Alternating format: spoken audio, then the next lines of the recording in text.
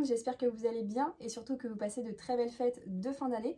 On se retrouve justement quelques jours après Noël dans mon petit coin couture puisque je vais vous présenter aujourd'hui ma nouvelle machine à coudre qui provient de chez Lidl. Donc c'est la toute dernière Pfaff Element, enfin e-Element C1105. Donc je vais vous la présenter plus globalement dans cette vidéo. Et bien en fait les deux autres machines que vous voyez sur mon bureau sont également des machines Lidl. Donc je vais pas trop m'étendre sur la surjeteuse. Par contre je vais faire un petit comparatif entre cette nouvelle machine et l'ancienne que j'avais, puisque pour vous expliquer un petit peu, en fait j'étais complètement satisfaite de ma précédente machine. C'est juste que bon, avant les fêtes, j'ai un petit peu regardé les sites, les différentes machines à coudre qui étaient à vendre.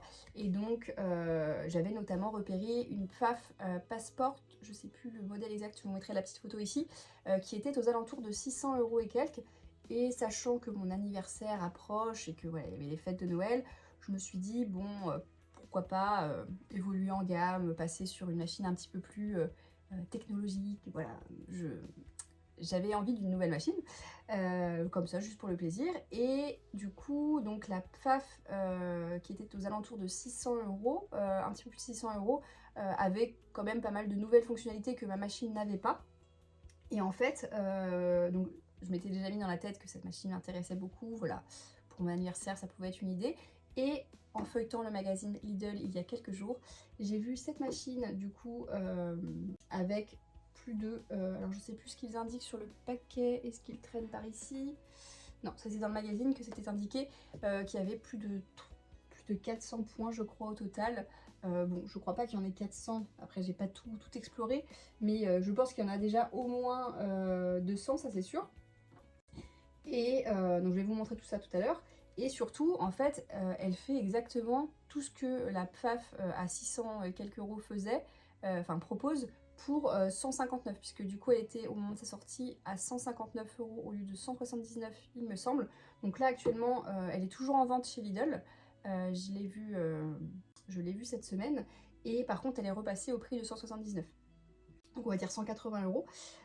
Et du coup elle fait vraiment tout ce que je voulais sur celle qui était à 600. Donc bien sûr je me doute bien que ce n'est pas la même qualité, mais bon, je suis très contente du coup d'avoir quand même fait économiser eh bien ouais, presque 400 € du coup, un peu plus de 400 € à mes proches. Et donc les grandes fonctionnalités qu'il y a du coup sur cette machine, enfin grande pour moi, hein, je parle par rapport à ma précédente machine, c'est du coup la possibilité donc déjà de régler la vitesse de couture. Donc ici c'est voilà, on peut choisir de coudre lentement ou plus rapidement, donc ça c'est, je trouve, très pratique, notamment quand il y a besoin de précision. Il y a également ce petit bouton ici qui permet en fait de maintenir l'aiguille soit en position haute, soit en position basse. Donc c'est à dire que si on la met en position basse, peu importe à quel moment vous arrêtez de coudre, l'aiguille restera toujours plantée dans le tissu. Donc ça c'est hyper pratique également. Là on a du coup la possibilité de faire une marche arrière au niveau de la couture, et là on a le petit bouton marche et arrêt pour en fait coudre sans la pédale. Donc ça c'est pareil, en fait c'est toutes ces fonctionnalités là que faisait la machine du coup, la Passport que je voulais. Mais du coup là on est carrément moins cher, hein. Également le petit changement par rapport à l'autre machine, c'est la canette qui est visible. Donc ça c'est super en effet, puisque on peut voir en fait à quel combien de fils il nous reste dans la bobine, enfin dans la canette. Donc ça c'est très pratique, et puis pour le changement il n'y a pas besoin de tout démonter, donc c'est très pratique. Petite chose également, c'est derrière en fait on peut régler la hauteur d'écran. Donc je sais pas si vous allez me comprendre, ici vous allez pouvoir baisser vos crans, notamment quand le tissu est, c'est un tissu qui accroche, et bien on peut rabaisser l'écran, enfin oui l'écran, je crois que ça s'appelle comme ça, je me corrigerai si besoin au montage. Et donc voilà, ces écrans là peuvent s'abaisser, donc c'est très pratique également. Et donc en fait voilà, ça reprend vraiment toutes les fonctionnalités que la machine que je voulais à la base avait. Donc je suis vraiment hyper contente. Donc j'ai déjà pu l'essayer rapidement, bon j'ai rien fait de très compliqué, hein. Je me suis refait quelques lingettes. Je me suis dit, pour bien la prendre en main, faire quelque chose d'assez simple, voilà, des petites lingettes que je vais offrir à une amie qui se reconnaîtra peut-être si elle passe par ici. Et voilà, donc ce que je vous propose, c'est de vous montrer un petit peu plus globalement comment elle fonctionne. Donc déjà au niveau de ce qui est fourni avec, donc on a bien sûr le petit livret explicatif. Et alors en fait il y avait déjà une canette qui était insérée dans la machine, donc une canette rose. Il n'y avait pas de bobine de fil avec, donc bon je ne sais pas pourquoi, mais bon, on a déjà la canette rose. Hop. Et donc ce qui est très pratique aussi, c'est que ce sont les mêmes canettes que sur les précédentes versions. Donc les canettes plates comme ceci, je ne sais pas si vous verrez bien. Donc il n'y a pas à changer ça déjà. Et pareil pour les pieds, c'est les mêmes pieds. Au début j'avais un peu peur. J'avais cru que c'était pas les mêmes pieds, mais en fait si, c'est les mêmes pieds. Donc tous ceux que j'ai achetés également en plus pour mon ancienne machine pourront servir ici. Et donc à l'intérieur, on retrouve, comme pour le précédent modèle d'ailleurs, cette petite pochette avec tous les petits accessoires fournis. Hop. Donc on a des aiguilles. Hop. Le petit découpe-vite avec la petite brosse. Le pied pour la boutonnière automatique. Et donc là, on a 10 boutonnières automatiques différentes avec 10 styles différents. Donc je vais vous les montrer tout à l'heure. C'est plutôt intéressant parce qu'il n'y en avait qu'une seule sur ma précédente machine. On a également une aiguille double. Donc ça va être une grande première pour moi. Ça va être très pratique, mais il faut que je vois du coup comment ça fonctionne. Ça, je ne vous l'expliquerai pas dans la vidéo pour le coup parce que je ne vais pas vous dire de bêtises. On a ce petit, alors je ne sais plus comment ils appellent ça, mais je crois que c'est pour justement tenir la bobine. Donc c'est la broche porte-bobine repliable qu'on peut du coup placer ici et qui je pense sert justement pour le fil de l'aiguille double. Et on a après plusieurs pieds différents. Donc on a un pied pour fermeture à glissière, donc que j'avais déjà sur la précédente machine. On a également un pied pour point fantaisie, un pied pour ourlet invisible et le pied pour la boutonnière que je vous ai déjà montré. Donc ça, c'est le pied pour la fermeture à glissière. Donc ça, c'est celui que j'ai déjà sur l'autre machine et avec qui d'ailleurs je fais aussi mes fermetures invisibles. Et donc ça, ce serait donc le pied pour les ourlets. Ah oui, les ourlets invisibles, donc rien à voir avec les fermetures. Ok, donc pied pour ourlet invisible, je ne connaissais pas et je ne l'avais pas non plus sur l'autre machine. Et donc le point pour le pied pour les points fantaisie, excusez-moi, ressemble assez au pied classique, oulala, qui est ici, mais il est un peu plus large, avec ici une ouverture. Et donc lui est plein en fait au centre. Donc voilà, pour la différence entre les deux, je ne sais pas trop ce que cela change, mais je respecterai ce qui est indiqué. Hop, puisque oui, du coup, quand vous allumez la machine ici et que vous voulez faire un point, on vous indique quel pied mettre directement, donc c'est pas mal. On a aussi ce pied donc pour la couture de boutons. Je crois que je l'ai aussi sur ma précédente machine, mais je ne l'ai jamais utilisé, je dois l'avouer. Ici, on a le support de broche pour le porte-glissière, donc ça va être à placer ici pour retenir la bobine, ce que je n'avais pas fait d'ailleurs l'autre fois. Hop. On a ensuite deux petits tournevis pour démonter les différentes pièces si besoin et changer les aiguilles. Et on a du coup 3 canettes vides, donc 3 canettes de fourni, et du coup la 4e qui est déjà pleine avec le fil rose. Donc ça c'est pour les accessoires. Donc j'ai bien évidemment déjà testé les petits points fantaisie que propose la machine. Donc vous pouvez même voir que j'ai écrit mon prénom. D'ailleurs le prénom n'est pas très propre puisqu'en fait au moment où vous cousez des lettres, enfin quand vous choisissez une lettre, la machine s'arrête toute seule au moment où la lettre est terminée. Et moi au début je n'avais pas compris ça, donc j'ai enchaîné toutes mes lettres à suivre. C'est pour ça que c'est pas très joli au début et un peu plus propre à la fin. Et après vous avez d'autres motifs, notamment ces petites fleurs là ou ces petites feuilles. Vous avez des petits lapins, une petite voiture ici. Donc voilà, c'est assez mignon et c'est vrai que ça peut être très sympa. Par exemple là ces petits motifs là sur des bas de manches, ça peut être assez joli. Donc à expérimenter. Et donc là ce que je vais faire, c'est que je vais allumer ma machine. Hop. Et donc voilà, quand elle s'allume, il y a un petit bruit, il y a l'aiguille qui bouge. Voilà, je pense que c'est un réglage automatique. Et donc là, on voit ici sur l'écran directement le mode sélectionné. Donc automatiquement, c'est le 0,0. En fait, c'est tout simplement le point droit. Et donc après, je peux sélectionner ici, donc augmenter ma longueur de couture et également ma largeur de couture. Donc avec le petit plus ou le petit moins, donc directement. Et sachant que quand vous sélectionnez un motif, et bien il y a déjà tout qui est pré-réglé. Après vous pouvez bien sûr remodifier le réglage qui est fait par la machine. Et donc et bien après je peux sélectionner directement mes points. Donc on a d'abord ici 99 au total points fantaisie. Donc il n'y a rien à changer ici. Et pour faire les points du coup avec les lettres et les chiffres, eh bien il faut cliquer sur hop, le petit A. Et donc là on passe sur le mode lettres et donc on a les 99 autres motifs du coup en lettres. Et on a également le mode aiguille double. Donc là hop, on revient sur je reclique sur le A pour revenir sur les motifs classiques.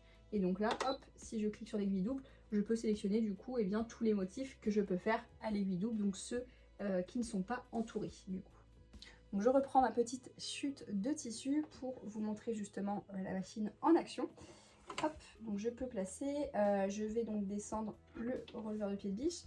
Donc d'ailleurs sur ce modèle, le releveur de pied de biche est sur le côté, enfin sur le côté intérieur. Alors que sur l'autre modèle, le précédent, eh bien c'est à l'arrière. Donc c'est vrai que maintenant que je l'ai sur le côté, je me rends compte que c'est quand même plus pratique de l'avoir ici. Après il y a toujours le réflexe parfois de passer la main derrière, mais c'est le temps de s'y habituer. Et donc voilà, je peux le descendre ici. Et je vais donc cliquer sur ce bouton ici pour positionner en fait mon aiguille en position basse. Donc c'est à dire que peu importe en fait le moment où je m'arrêterai de coudre, l'aiguille restera toujours enfoncée dans le tissu. Donc là je trouve ça pas mal pratique. Et je peux faire pareil du coup avec la position haute. Donc là je n'ai pas branché ma pédale. Je me suis mis en mode automatique je pense. Je pense que c'est comme ça qu'on dit. Et donc ici, en cliquant sur le bouton marche, eh bien la couture va partir toute seule. Donc il faut quand même guider le tissu. Et ici, je peux choisir aussi ma vitesse de couture. Donc je vais vous montrer ça. Donc, je fais une petite marche arrière ici. Et donc là, je suis en vitesse moyenne. Donc là, vous voyez, je peux augmenter. Et je peux aussi baisser. Et là, hop, je me suis arrêtée. L'aiguille reste en position du coup basse. Et je peux aussi faire une marche arrière et revenir en avant et m'arrêter. Et donc j'ai juste à recliquer ici pour relever mon aiguille. Et hop, directement couper mon fil. Et donc voilà comment ça se passe. Hop.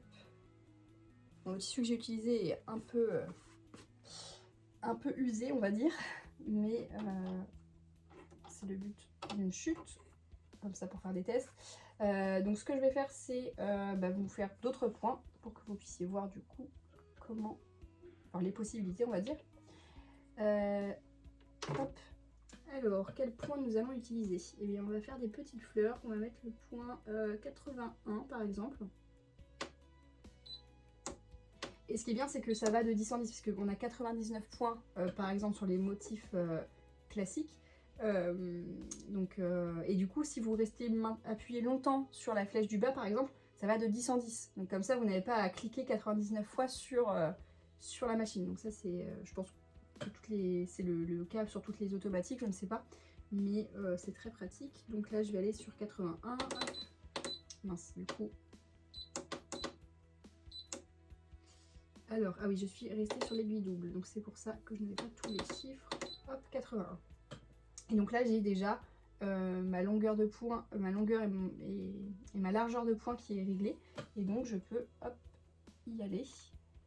Donc c'est parti. Alors, je crois que sur tous les points fantaisie, il n'y a pas besoin de faire de marche arrière au début. En fait, on n'avait pas besoin de coudre... de sécuriser la couture puisque ça se fait automatiquement. Il n'y a que le point droit et les boutonnières qui n'ont pas cette fonctionnalité là, je crois. C'est ce que j'ai lu hier. Donc là, hop, j'ai juste à cliquer du coup sur marche et mon point va se faire tout seul. Je vide quand même mon tissu au cas où. Donc là, je sais pas si j'augmente la vitesse.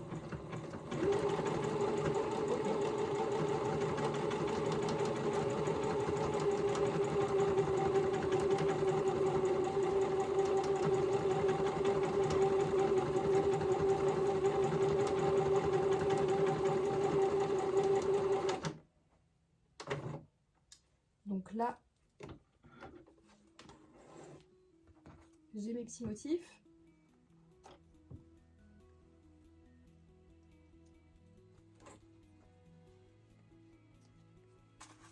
Et voilà ce que ça donne.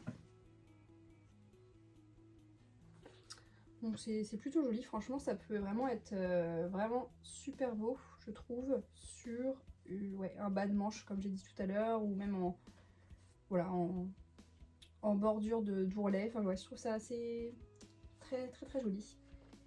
Et donc après, voilà, vous avez la boutonnière, vous avez même 10 boutonnières différentes, avec des boutonnières plutôt classiques, mais aussi des boutonnières plus arrondies.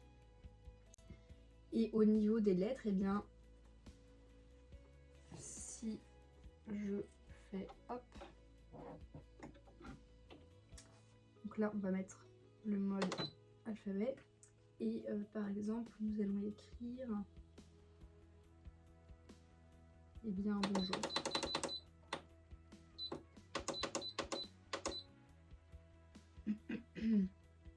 Donc là je me suis demandé si on augmente la longueur de point, est-ce que les lettres vont être plus grandes? Eh bien on va voir ça, puisque là je n'y ai pas touché, et sur l'autre je crois que j'avais augmenté, donc on va voir ça, si justement on peut choisir la taille des lettres. Donc c'est parti pour un A.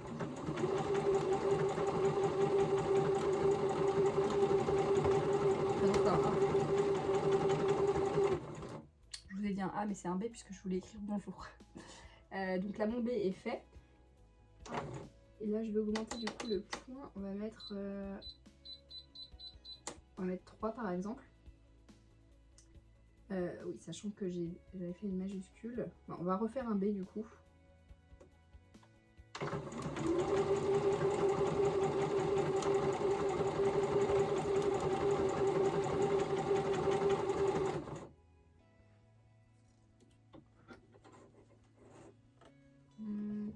Non, ça a l'air d'être la même taille, par contre il est un peu plus déformé, donc je pense qu'il ne faut pas toucher au réglage du coup des points pour faire les lettres. La lettre elle aura toujours la même taille. Donc je vais reprendre un peu plus loin du coup pour faire quelque chose de plus joli. Et donc c'est parti, je vais écrire bonjour.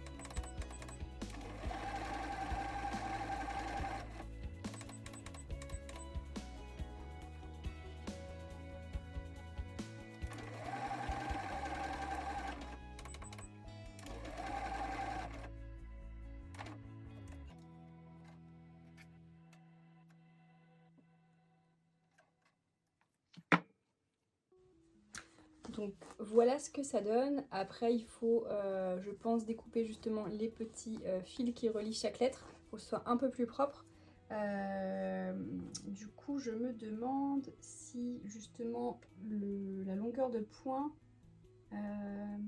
non, je pense pas que ce soit ça. J'allais dire pour espacer justement, enfin gérer l'espacement des lettres, puisque là on peut voir que c'est quand même assez espacé.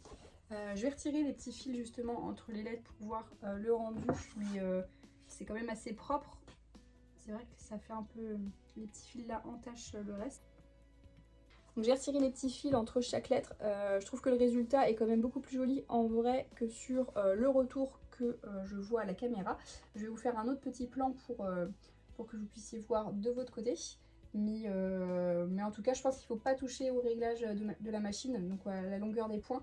Là par exemple on peut voir qu'entre les deux B que j'ai fait à la suite, j'avais changé, j'avais un peu augmenté la longueur de points pour voir si justement ça faisait une lettre plus grande ou pas.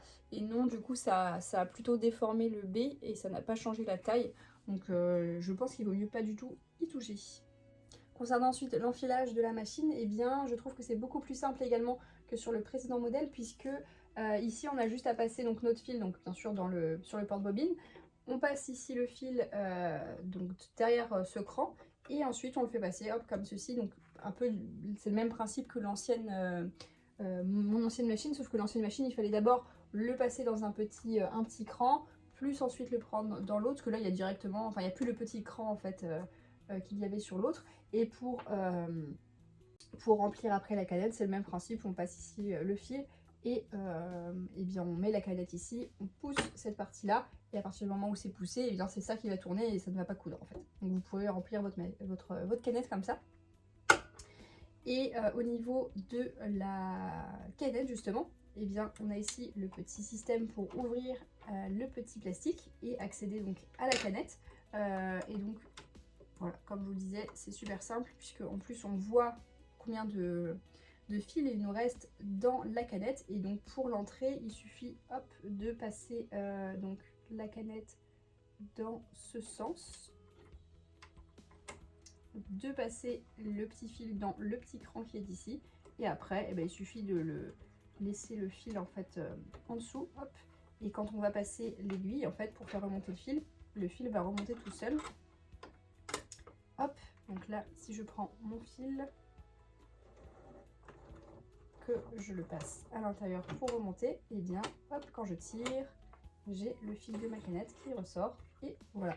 Donc c'est hyper simple. Et puis ce qui est pratique, c'est qu'on n'a pas à démonter tout ça. Et tout comme sur ma précédente machine, on a également ici l'enfil aiguille automatique.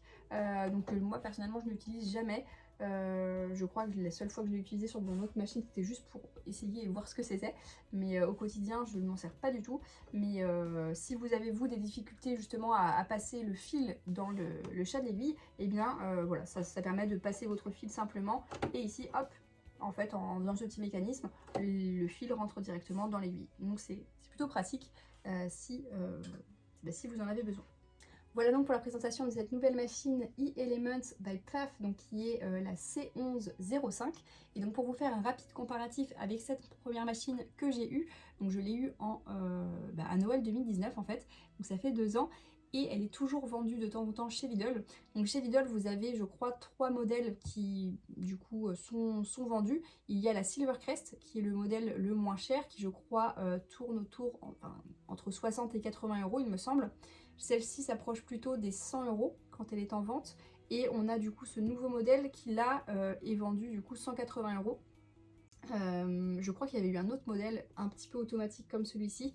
Je ne sais plus à combien il était vendu, je crois que c'était pareil, 120, 130, mais je ne la vois pas souvent, alors que les autres reviennent assez régulièrement.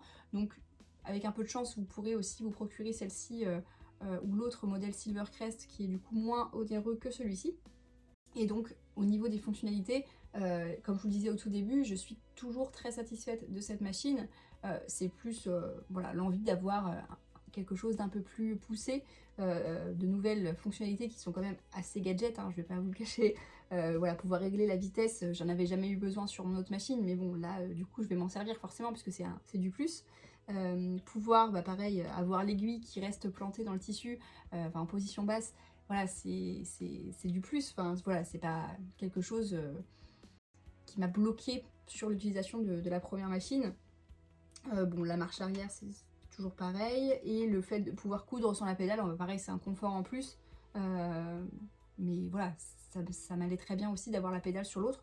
Donc très franchement, je pense que, personnellement, je vous recommande, voilà, c'est à vous de voir aussi selon votre budget, mais vous pouvez tout à fait commencer sur une machine comme celle-ci et par la suite vouloir quelque chose d'un peu plus, voilà, avec des fonctionnalités plus poussées, mais celle-ci convient vraiment très très bien pour débuter la couture, et même pour faire, voilà, j'ai quand même fait des sacs à main avec, elle tient vraiment bien la route, quoi. J'ai jamais eu de soucis, même au niveau des épaisseurs, et ça m'est arrivé juste une fois en faisant une petite pochette pour une Nintendo Switch, où j'avais mis vraiment pas mal de watts pour bien protéger la Nintendo, avec en plus du simili-cuir, donc là j'avoue qu'elle a un petit peu eu de mal, en plus vu que c'est assez petit, voilà, c'était assez compliqué à coudre, mais pour le reste, très franchement, j'ai jamais eu de soucis avec cette machine, et je vais la garder d'ailleurs quand même au cas où. Il y a aussi les points décoratifs, puisque là vous n'en avez pas, en fait ce sont des points qui sont basiques, Et là du coup on a beaucoup plus forcément de choix, donc ça sera à vous de voir aussi ce que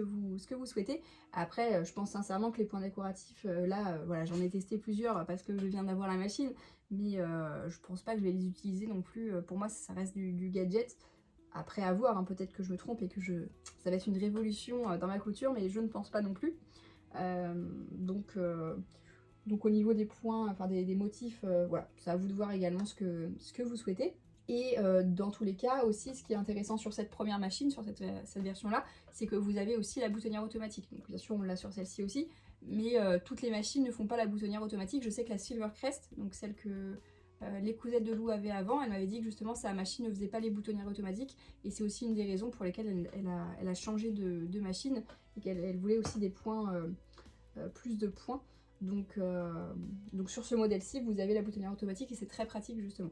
Et autre petit point négatif aussi pour ce modèle, c'est que vous ne voyez pas la canette. La canette, on y accède en enlevant tout ça. En fait ici, hop, il faut enlever le capot et là vous accédez à la canette.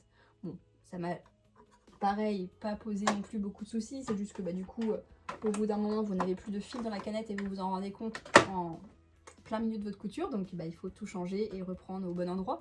Là en soi c'est vrai qu'on a quand même un visu sur la canette, on sait à peu près où est-ce qu'on en est, même si je pense que ça ne changera pas le fait que je me retrouverai à un moment dans ma couture sans fil dans la canette, mais bon, ça permet déjà de changer au moins plus facilement, d'y accéder plus facilement. Là il n'y a pas tout à démonter contrairement à l'autre machine. Et donc au niveau du poids et de la taille de la machine, si c'est un critère qui est important pour vous, cette machine-là du coup reste quand même beaucoup plus compacte et légère que la nouvelle.